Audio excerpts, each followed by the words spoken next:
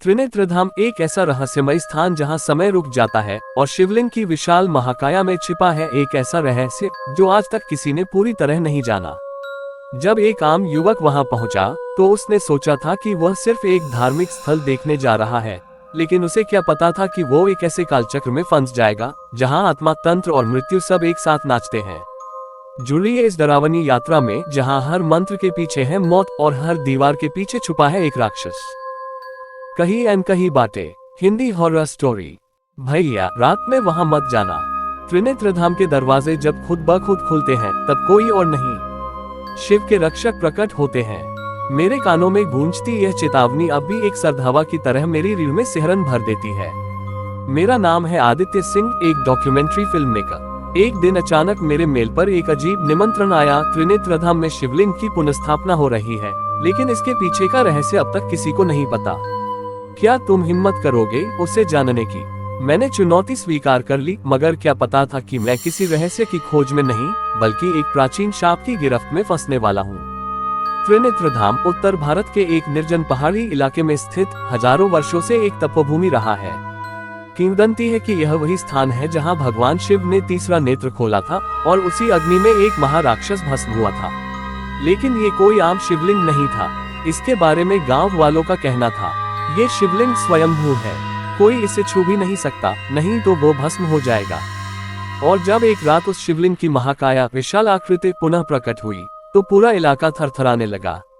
किसी ने नहीं सोचा था कि 150 साल पहले जो शिवलिंग गायब हो गया था वो अब वापस आ जाएगा, और वो भी बिना किसी पुजारी या साधु के हाथ लगाए। त्रिनेत्र धाम पहुंचते ही मैंने देखा एक बूढ़ा साधु जिसकी आंखों में तीनों कालों की ज्वाला थी, मुझे घूर रहा था। उसने कहा, तू जानना चाहता है ना कि शिवलिंग का जीर्णोद्धार क्यों हुआ? जा, मगर चेतावनी देता हूँ, एक बार उस गर्भगृह में घुसा तो तेरी आत्मा लौटकर नहीं आएगी। मैंने उसे नजरअंदाज किया। मैं एक खोजी पत्रकार था, डरने वालों में से नहीं, मगर काश मैंने उसकी बात मानी होती। शाम होते ही मंदिर का वातावरण बदल गया। हवा भारी हो गई, घंटियों की ध्वनि अपने आप गूंजने लगी और मंदिर की दीवारों पर छायाएं नाचने लगी। मैंने कैमरा ऑन किया और गर्भगृह में प्रवेश किया। जैसे ही मैंने शिवलिंग को देखा, एक जोर की बिजली कड़की और कैमरा बंद हो गया।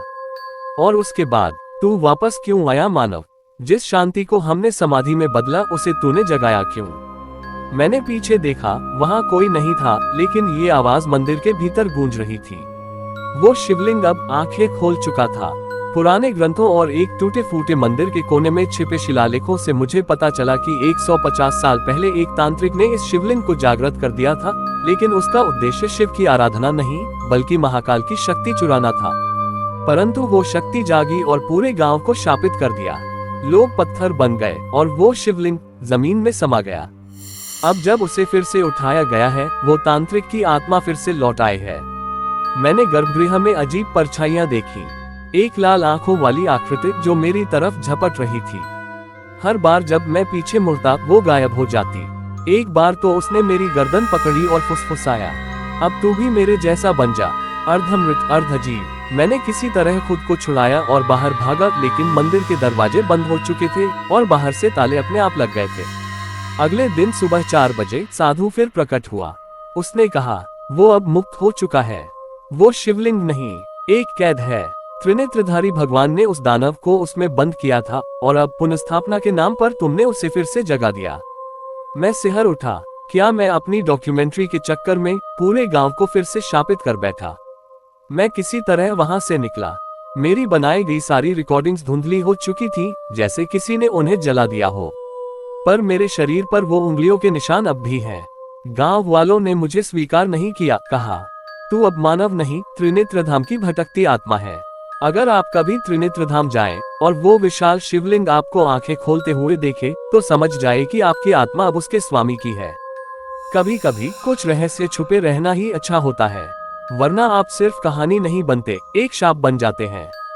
त्रिनेत्र धाम से भागने के बाद मैंने सोचा कि मैं बच गया, लेकिन वो बस शुरुआत थी। शहर लौटने के 2 दिन बाद ही अजीब घटनाएं होने लगी। दीवारों पर त्रिशूल की आकृतियां उभरने लगी, मोबाइल बार बार ओम नमः शिवाय की उल्टी ध्वनि में बजता, और रात को मैं एक ही सपना देखता।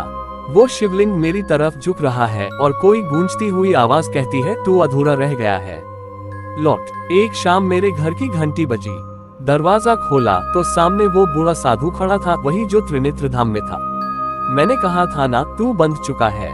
शिव की मूर्ति को नहीं, राक्षस को जगा कर आया है तू।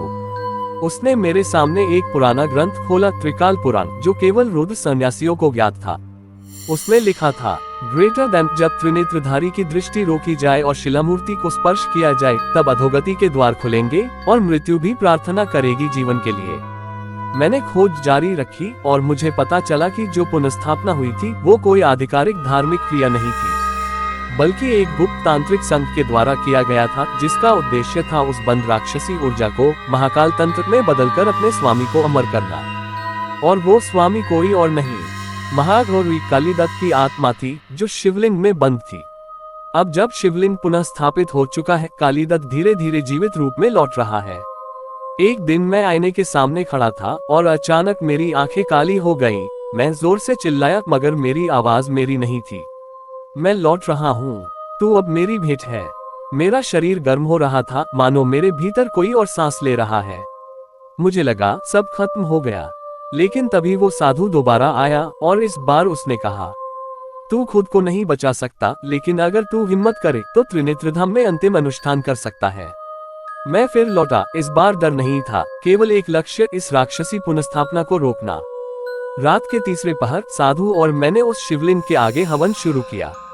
जैसे ही मंत्रोच्चारण शुरू हुए, मंदिर हिलने लगा, पत्थर दरकने लगे और शिवलिंग से कालिमा की भयंकर लपटें निकलने लगी।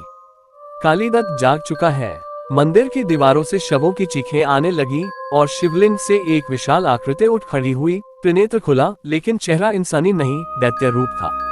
साधु ने कहा, अब इसे रोकने का एक ही रास्ता है, तू आत्मदान कर, उसी जगह जहां पहली बार तूने इसे छुआ था।